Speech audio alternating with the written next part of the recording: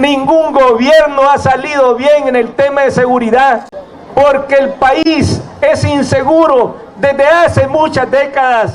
En las páginas más oscuras de la historia moderna, Salvador Sánchez Serén, incluso desde sus inicios allá con la guerrilla en la década de los 70, pero principalmente en su paso por la política y su nefasto gobierno con el FMLN ya convertido en partido político gobernante.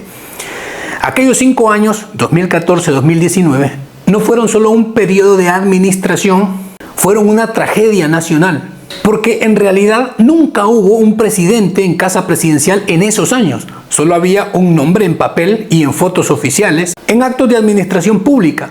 Pero en realidad un fantasma en traje que sonreía, bueno, se dormía para las cámaras mientras el país se caía a pedazos. Y en todas aquellas campañas la promesa de seguridad era algo que nadie pensó que se fuese a cumplir. Y esto se convertiría en una prueba irrefutable de su fracaso absoluto y el país hundido en el miedo, el terror, principalmente aquel 2015, donde nadie se sentía seguro ni en la calle ni en su propia casa. Bajo su desgobierno, El Salvador llegó a registrar más de 100 casos por cada 100.000 habitantes, el peor registro en el mundo en ese momento. Un dato horroroso y vergonzoso. Bajo las manos inertes de Salvador Sánchez Serén, este territorio dejó de ser un país y se convirtió en la capital de los muertos. Para ese año 2015, alcanzando una tasa brutal de 103 víctimas por cada 100.000 habitantes, la más alta del planeta en aquellos tiempos. Había una vida apagada cada 60 minutos a manos de las pandillas. El Salvador se transformó en la ciudad más peligrosa del mundo, superando incluso a zonas de guerra, y esta realidad ya era vergonzosa, pero a la misma vez inédita en la historia fatal de El Salvador. Un pequeño país de apenas 6 millones de habitantes se coronaba como el más letal del globo en tiempos de paz. El Salvador dejó de ser un país y se convirtió en la capital de la delincuencia. 2015 fue el año más inseguro en toda la historia del país, entre todos aquellos grafitis que exponían la dura realidad del país, mientras el supuesto gobierno de izquierda del FMLN, de Sánchez Serén, observaba impasible cómo la delincuencia se había tomado por completo las calles, un horror sin precedentes que marcó para siempre la tragedia de aquellos años. En solo 5 años, bajo el mandato de Sánchez Serén, hubo más de 23.000 salvadoreños que fueron eliminados por las maras. Más de 23.000 vidas apagadas y por consecuencia todas sus familias destrozadas. Las funerarias eran el único negocio rentable de este país. Y el pueblo que tenía que cargar ese dolor, mientras aquel supuesto presidente permanecía ausente. Y a toda esta tragedia de conmoción nacional se sumaban más de 22.000 personas reportadas como desaparecidas en ese mismo quinquenio.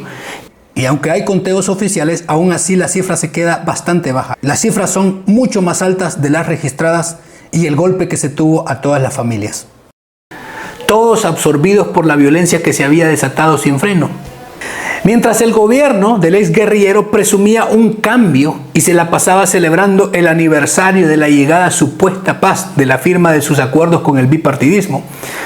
Mientras tanto, El Salvador se convertía en una tierra sin ley, sin orden, un estado fallido, un lugar donde la ley de la pandilla era la única que funcionaba.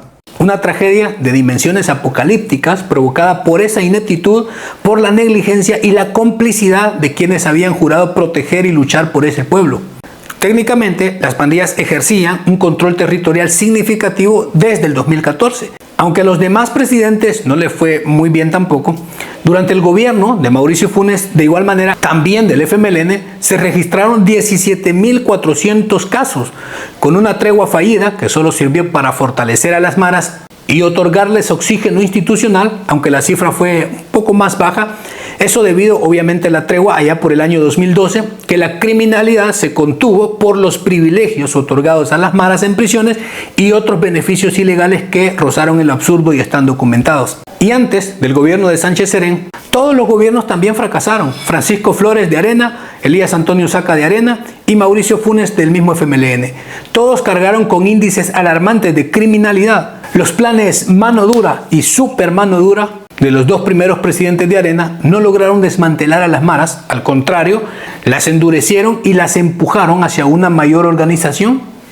Y ya, bajo el gobierno de Funes, la situación escaló dramáticamente con una tregua que, lejos de resolver este problema, permitió a ambas pandillas rearmarse, fortalecerse y expandir el control territorial, montando cuarteles generales de mando desde las prisiones. Año tras año, las maras crecían en poder económico y militar hasta convertirse en un estado paralelo. Para el 2015, al inicio del gobierno de Sánchez Serén, las pandillas ya gobernaban de facto vastas zonas del país hundido en el terror. Ni la Policía Nacional Civil ni los militares se sentían seguros porque hasta los agentes perdían la vida. En días de licencia o de servicio, los delincuentes ya no huían ni temían a la autoridad, sino que la combatían de frente.